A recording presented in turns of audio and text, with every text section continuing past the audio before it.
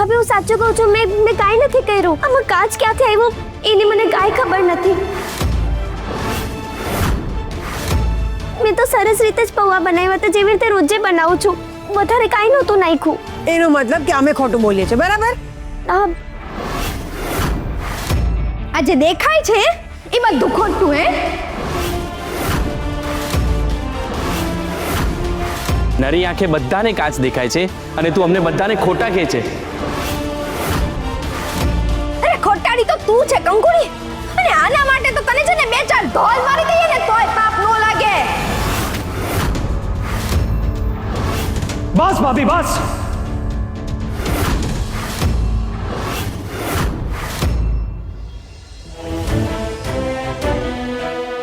આજ પછી જો તમે કંકુ સાથે આવી રીતે વાત કરી છે ને ભાભી, તો મારા કરતા ખરાબ કોઈ નહીં હોય.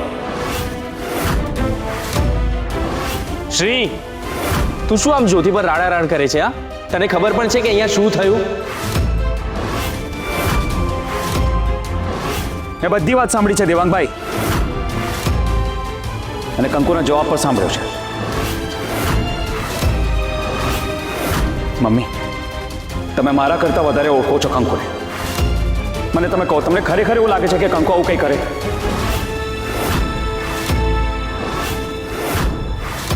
નાના શેઠ માવડીના સોગન ખાઈને કહું છું, મેં એવું કાંઈ નથી કર્યું કે જે ભાભીને નડે.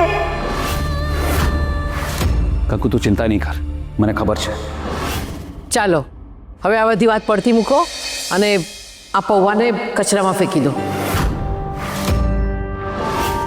હા બા, હું ફેંકી દઉં છું. અને ભાભી, તમારા માટે મસ્તીનો નાસ્તો પાછો બનાવી દઉં હો. ના બાપા ના, રહેવા દે હો. હવે અમારે કોઈ રિસ્ક લેવું જ નથી. હવે તો મમ્મી આના હાથનું ખાવામાં પણ બીક લાગે છે.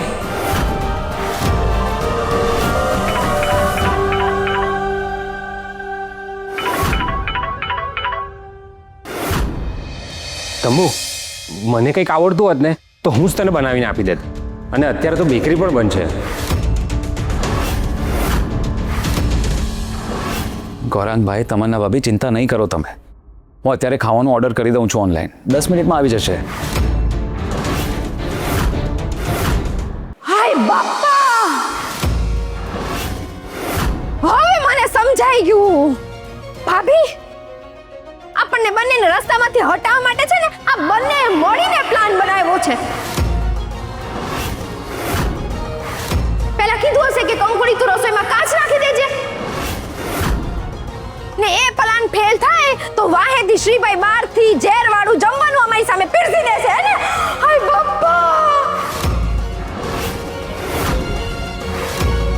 જ્યોતિ વહુ, આ બધી ક્રાઇમ સ્ટોરી જોવાનું બંધ કરી દો. તમારા મગજમાં પછી એ જ બધા વિચાર આવ્યા કરે છે. એ જે હોય એ મમ્મી, પણ હવે એક વાત નક્કી છે, હું અને ભાભી અમારું ઘોડી લેશું. હા હાલો ભાભી. જ્યોતિ ઊભી તો રે.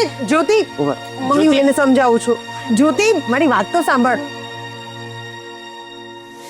નાના શેઠ, મારી લીધે બે ભાભી ભૂખ્યા રહ્યા. પણ નાના શેઠ, હું સાવ સાચું કહું છું, મેં કાંઈ નથી કર્યું. કાચ ક્યાંથી આવ્યો મને ખબર નથી. કંકુ, મેં કહ્યું ને, તું ચિંતા નહીં કર, અમને બધી ખબર છે. અચ્છા, હવે તું ટેન્શન લેવાનું બંધ કર અને મને એ કે તે નાસ્તો કર્યો કંઈ?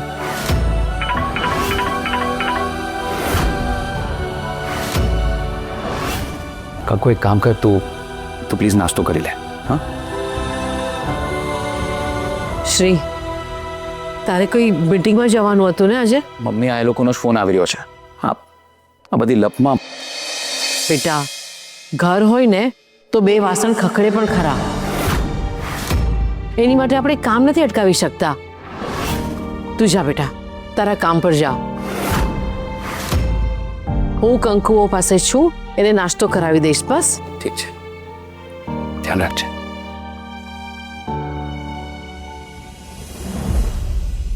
કંકુઓ, જીવનમાં દરેક વાત આવી ગંભીરતાથી લેશો ને તો લોકો તમારા પર ગંદવા ઢોળી જશે.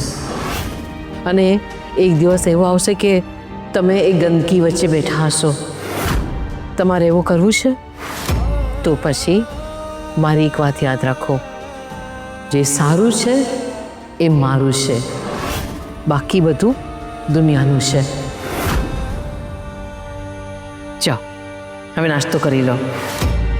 અને હા, નાસ્તો કરજો હા, નહીં તો પછી હું શ્રીને ના ફોન. ના કરી લઈશ. જા.